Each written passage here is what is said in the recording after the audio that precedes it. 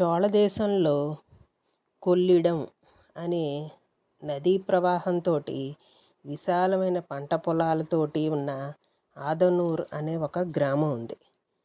ఆ గ్రామానికి దూరంగా మరుద భూములకి చెందిన పొలాల పక్కన అక్కడ ఉన్న ప్రాంతంలో ఓ మాలపల్లి ఉంది. ఆ మాలపల్లిలో వ్యవసాయ వృత్తికి చెందిన ప్రజలు నివసిస్తూ ఉండేవారు. ఇలాంటి వాతావరణం కలిగిన ఆ పల్లెలోనూ తన స్వచ్ఛమైన ప్రేమని పరమేశ్వరుడు యొక్క దివ్య చరణాలకు సమర్పించి జీవనం సాగిస్తూ ఉన్న నందనార్ అనే ఒక మహాభక్తుడు ఉండేవాడు. ఆయన ఊళ్ళో వాళ్ళకి వెట్టి చాకిరీ చేస్తూ అలా జీవనం సాగిస్తూ ఉండేవారు. ఆయన తన కుల వృత్తి ప్రకారం నడుచుకుంటూ ఉండేవారు. పరమేశ్వరుడికి కైంకర్యం చేస్తూ ఆ ఊరి వాళ్ళు వెట్టి పని కోసం మాన్యంగా ఇచ్చిన ఆదాయంతో ఆహారాన్ని స్వీకరిస్తూ జీవనం గడుపుతూ ఉండేవారు. ఈయన పరమేశ్వరుడు ఆలయంలో బేరీ మొదలైన వాయిద్యాలని వాటికి సరిపోయే మంచి తోల్ని కట్టడానికి నరాల్ని గోరోచనాన్ని వాళ్ళకి అందిస్తూ ఉండేవారు. ఇలా పరమేశ్వరుని కైంకర్యం చేస్తూ ఉండేవారు. కానీ ఆయనకి తన కులం రీత్యా దేవాలయంలోకి ఆయనకి అనుమతి లేదు. భక్తి పరవశంతో దేవాలయం బయటే నిలబడి ఆయన పరమేశ్వరుని కీర్తిస్తూ నాట్యం చేస్తూ ఉండేవారు.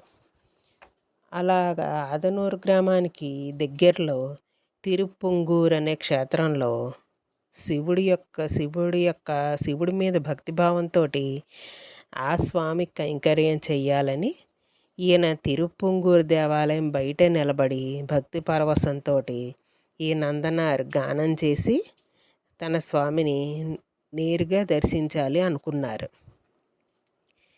ఈయన నిష్కల్మషమైన ఈ నందనార్ ప్రేమతో కూడిన భక్తికి పరవశుడైన పరమేశ్వరుడు ఈ నందనార్ని కరుణించాలని తనకి ఎదురుగా అడ్డంగా ఉన్న నందీశ్వరుణ్ణి పక్కకి తప్పుకో అని చెప్పి ఆజ్ఞాపించి తన దర్శనాన్ని నందనార్కి ఆయన నిలబడి ఉన్న చోటు నుంచే కలిగేలాగా పరమేశ్వరుడు అనుగ్రహించారు. ఎందుకంటే ఈయన మాల కులంలో జన్మించాడు కదా, అందుకని పరమేశ్వరుడు గుళ్ళోకి రానిచ్చేవారు కాదు. ఈయన బయట నుంచే శివుడికి దండం పెట్టుకుంటే శివుడు ఈయన కరుణించి నందీశ్వరుని పక్కకి తప్పుకో అన్నాడు అని శివుడు డైరెక్ట్గా ఆయనకి దర్శనాన్ని ఇచ్చాడనమాట. అంతా గొప్ప భక్తుడు ఈయన నందనార్. భక్త సులభుడు బోళాశంకరుడైన పరమేశ్వరుణ్ణి బయట నుంచే చాలా సుస్పష్టంగా దర్శించుకున్నాడు ఈ నందనార్. ఆయన ఆనందానికి ఇంక అవధులు లేవు. ఉప్పొంగిపోయిన ఆనందంతో ఆ నందనార్ నాట్యం చేయడం ప్రారంభించారు.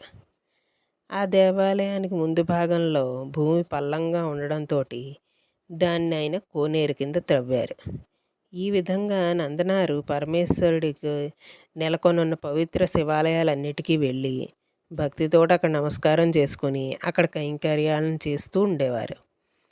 ఒకసారి నందనార్కి చిదంబర దేవాలయాన్ని దర్శించి నమస్కరించుకోవాలి అని చెప్పి కోరిక కలిగింది. ఆయన రాత్రంతా నిద్రపోకుండా తెల్లారిన తర్వాత పవిత్రమైన చిదంబర క్షేత్రానికి వెళ్ళి దర్శించే భాగ్యం అయ్యో ఈ కులంలో పుట్టడం వల్ల నాకు లేకుండా పోయిందే అని చెప్పి ఆయన మనస్సులోనే కృంగిపోతున్నారు.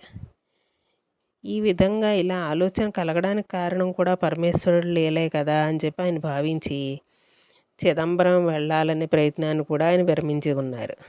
కానీ ఆయనకి రోజు రోజు చిదంబరం నటరాజస్వామి దర్శించాలనే కోరిక రెట్టింపు అయిపోతోంది. అందుకని రోజు కూడా ఆయన రేపు వెళ్తాను అని అందరితో చెప్తూ ఉండేవారు. అలాగే ఎన్నో రోజులు అయిపోతే ఓ రోజు ఈ నందనార్ ధైర్యం చేసి చిదంబర క్షేత్ర సమీపానికి చేరుకున్నారు. పవిత్రంగా ఉన్న చిదంబరాలయానికి ఆ లోపలికి వెళ్ళడానికి తనకు అసాధ్యం అని చెప్పి భావించి ఆయన ఆ నగర ప్రాకారానికి వెలుపలే ఉంటూ భక్తి పరవశంతో హృదయం కరిగిపోగా రెండు చేతులు ఎత్తి నమస్కరించి ఆ క్షేత్రం యొక్క పవిత్రతకి ప్రదక్షిణలు చేస్తూ ఉన్నారు. లోపలికి వెళ్ళడానికి అడ్డంకిగా ఉన్న తన కులాన్ని తలుచుకొని ఆయన చింతాక్రాంతులు అవుతూ ఉండేవారు. ఈ నటరాజస్వామిని దర్శించుకునే అవకాశం నాకు ఎలా కలుగుతుంది అని చెప్పి ఆలోచిస్తూ ఆయన నిద్రపోయారు. ఆ సమయంలో చిదంబర నటరాజస్వామి తన భక్తుడైన నందనారు యొక్క ఆవేదాన్ని పూర్తిగా తొలగించాలి అని అనుకున్నారు. అనుకుని ఆయన నందనారికి స్వప్నంలో దర్శనం ఇచ్చారు. ఇచ్చి, నువ్వు ఈ జన్మ తొలగిపోయి నువ్వు నా దర్శనం చేసుకోవాలంటే నువ్వు అగ్నిలో ప్రవేశించు. అప్పుడు నీకు యజ్ఞోపవేతం ధరించిన దీక్షితుడి కింద నువ్వు మారతావు. అప్పుడు నా దగ్గరికి వచ్చి నువ్వు దర్శనం చేసుకోవచ్చు అని చెప్పారు కల్లోను. అలాగే చిదంబర దీక్షితార్లకు కూడా స్వప్న దర్శనం ఇచ్చి నందనారికి అగ్నిగుండాన్ని ఏర్పాటు చేయండి అని చెప్పారు నటరాజస్వామి. దాంతో ఆ దీక్షితార్లందరూ దేవాలయ ప్రాంగణం ముందు వాళ్ళకి భయం వేసింది. సంకోచంతో వాళ్ళందరూ గుమిగూడి ఈ నటరాజస్వామి ఇలా ఆజ్ఞాపించారు అని చెప్పి వాళ్ళు నందనార్ దగ్గరికి వచ్చి, నటరాజస్వామి అగ్నిగుండాన్ని ప్రజ్వలింపచేసి మిమ్మల్ని దాంట్లోకి వెళ్ళి బయటికి రావాల్సిందిగా ఆజ్ఞాపించారు, అందుకని మేము మీ వద్దకు వచ్చాము అని చెప్పారు వాళ్ళు. అలా చెప్పేసరికి ఆ మాటలు విన్న నందనారికి ఎంతో ఆనందం కలిగిపోయింది. ఈ దీక్షితార్లందరికీ నమస్కరించాడు భక్తితోటి. దీక్షితార్లు దక్షిణ భాగంలో దేవాలయం మొదటి ప్రాకారంలో మహాద్వారం ముందు అగ్నిగుండాన్ని ఏర్పాటు చేశారు.